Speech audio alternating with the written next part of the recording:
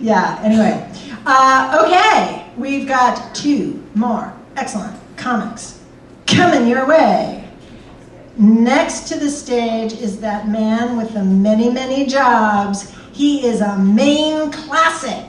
Why have 1 job when you can have 2 or 3 or even 4? Wow, okay, please welcome, he's from Ellsworth, out of town. All right, welcome to the stage, Nate Berger.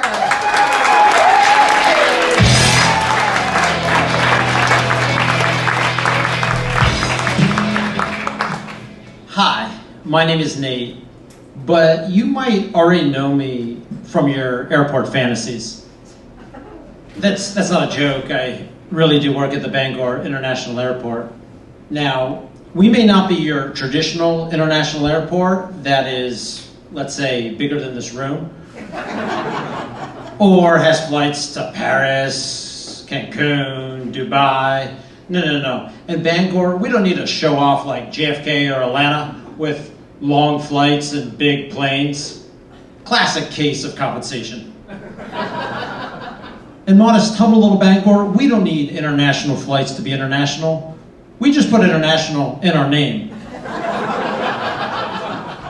And we do have the World Wide Web. It's literally no big deal.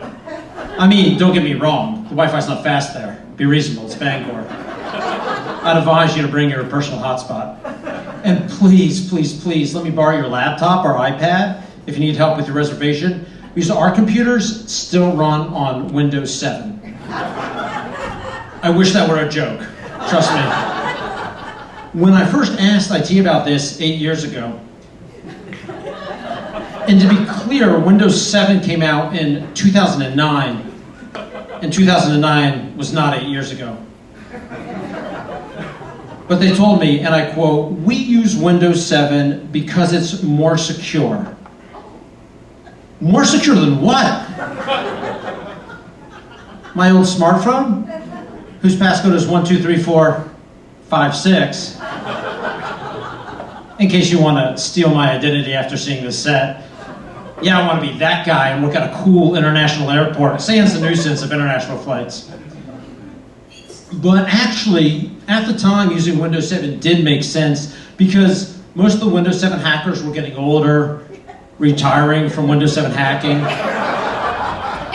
already collecting on their Windows 7 hacker 401ks or 403bs, moving into Windows 7 hacker assisted living facilities or Windows 7 hacker retirement communities in Florida where they're living out their golden Windows 7 years, playing shuffleboard and mahjong while partaking in other classic Windows 7 table games or leisure activities. Now, almost a decade later, we still use Windows 7. And things are even more secure. Because most of the Windows 7 hackers are now dead. Yeah, it's funny, dead Windows 7 hackers. I always love reading a well-written Windows 7 hacker obit. It's the small things in life that keep us alive. So I'm from Pittsburgh originally, and so nationally, anytime there's a passenger going there, I bump them up to first class for free. If you want to know the technical industry term for this, it's called the Pittsburgh upgrade. And when I do this, the passenger gets this big smile on their face, and they say, "You just made my day." And I get this warm, fuzzy feeling in my heart that lets me know that sometimes in this great, big, overwhelming world of ours, that just the tiniest bit of corruption really goes a long way. Everything in moderation. I don't partake in a lot of corruption. I'm not a powerful politician. I work at the Bangor International Airport. Most of my other dabblings in corruption mostly involve minor misappropriations of pretzels and peanuts. I said peanuts, not penises. Just let's keep the penises and the airport fantasies for now. These are first class snacks. Some people pay an extra $1,000 for these.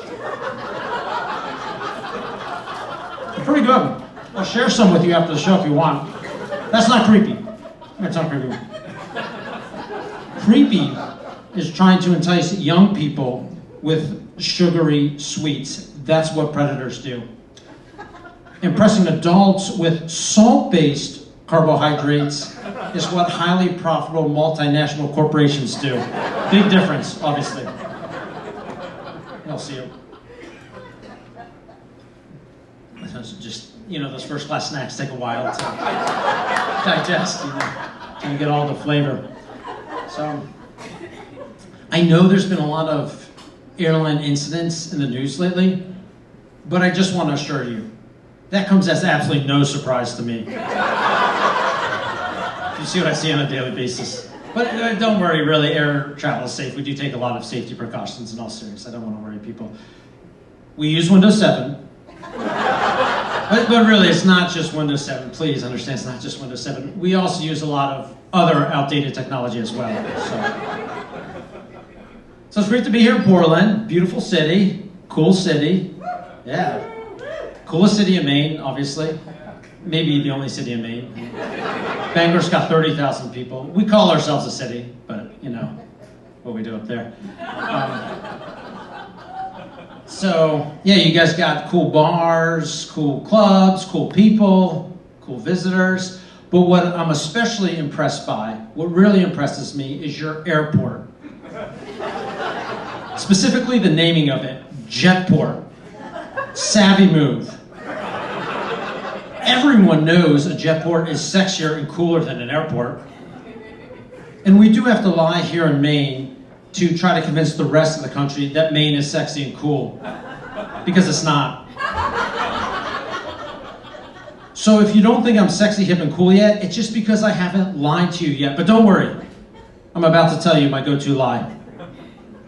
Before I have to give somebody a ride somewhere, let's say a cool international airport or a sexy jetport, before they're anywhere near the car, I take all of the really important stuff that's piled up in my front seat and I stuff it in the trunk.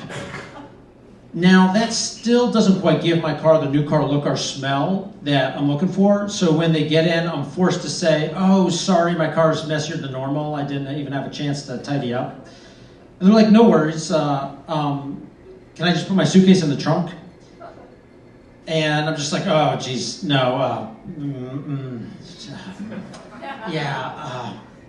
out of service, lockout, tagout, OSHA, tariffs and inflation. There's a new pope, a lot's going on. They're like, that didn't make any sense, Nate. I could just throw it in the back seat. Like, whew, okay, disaster averted. So now that you realize I'm sexy, hip, and cool, we can safely move on to the next joke. So I was driving down here, I took the back way, and I got pretty far. It was a nice drive, and I went through this small little town, and the town hall sign said, slow down, most accidents happen within 25 miles of home. And I thought, these fucking idiots, we're not within 25 miles of Bangor. So I sped right through that little town.